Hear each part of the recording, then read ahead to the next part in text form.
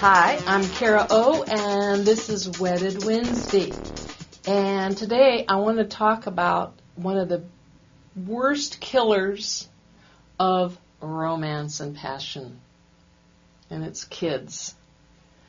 It's really strange because children are the primary reason for a couple to stay together.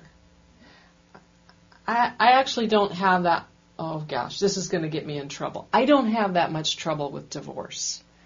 But when there are children, it does shift things around a bit so that if there's a way for a couple to stay happily together and give the kids a good model of what a loving, passionate, playful couple is all about, then you're showing them what marriage looks like. If you're not doing so well, I don't know, sometimes it depends on what's going on. It's maybe better for the kids not to watch this bad example of what marriage looks like. But you start out together, you're in love, and your future, either on purpose or accidentally, ends up with children. What happens is, well, first of all, once the woman gets to a certain point, she's really, usually, not always, but not that interested in sex. And so that kind of goes out the door.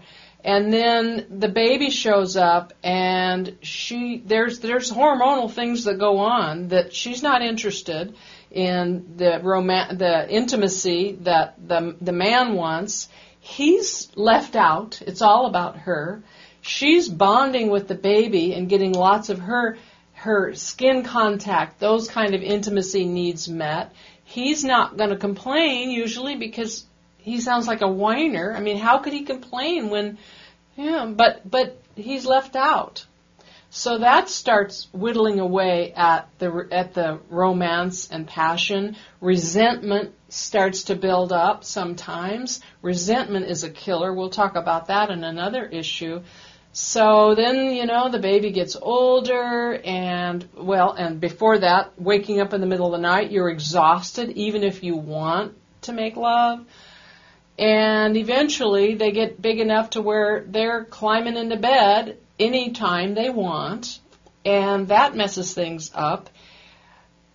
The focus is on day-to-day life, is on all the things you have to get done, what the kids are doing. It all becomes about the kids.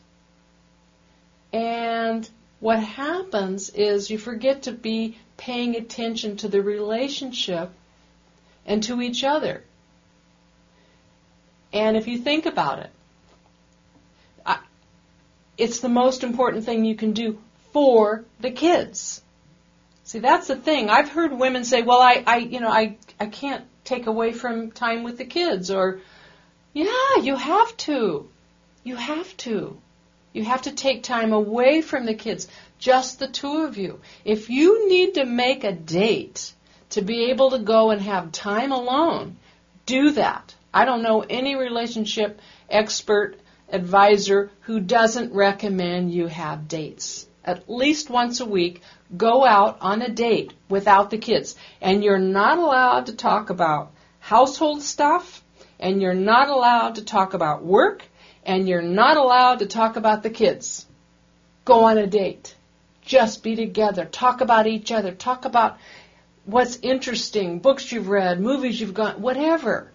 But not those things that take you away from you as being a couple.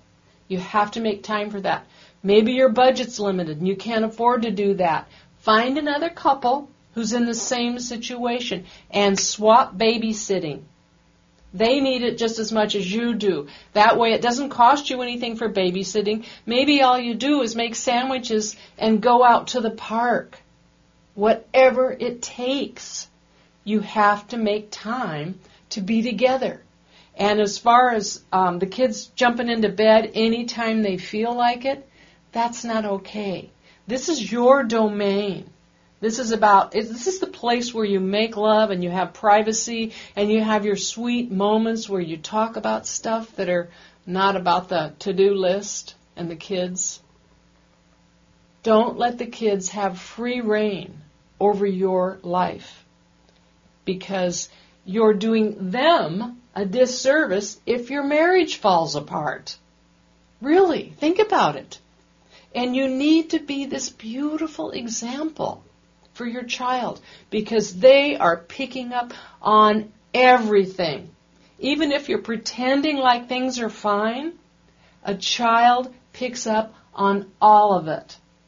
If you really don't like each other that well anymore and you're staying together for the kids, if there is resentment as an undercurrent, if you're, the list can go on and on. The kids pick up on it all. You want to give them a beautiful, beautiful model of what it can be. Where else are they going to get it? TV? No. Look at what's on TV. It's awful. It's awful. With the women putting down the men and the kids rolling their eyes at dad and everyone being stupid. Not a good example for kids. So it comes to you. It's better to have a good example than a bad example, I think. But if you will keep your relationship a priority, make those dates. Go on a vacation if you can afford it. Camp. Do the swap with the couples. Not that kind of swap. Swap babysitting with this couple, and each of you go out camping for 2 nights. Hardly costs anything, but you get your time alone. It's really important. And there's no excuses for it. The what ifs and but don't count. They don't count because your marriage is too important when you have kids. If you've let it slide, you can get it back if you want to, if you both want to. So you owe it to your kids to fall back in love again and keep your relationship a priority.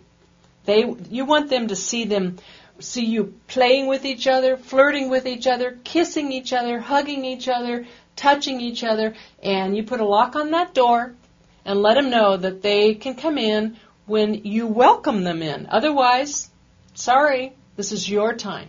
It's too important. So that's enough for today. I'm Kara O, wishing you lots of lip smack and love. Mwah.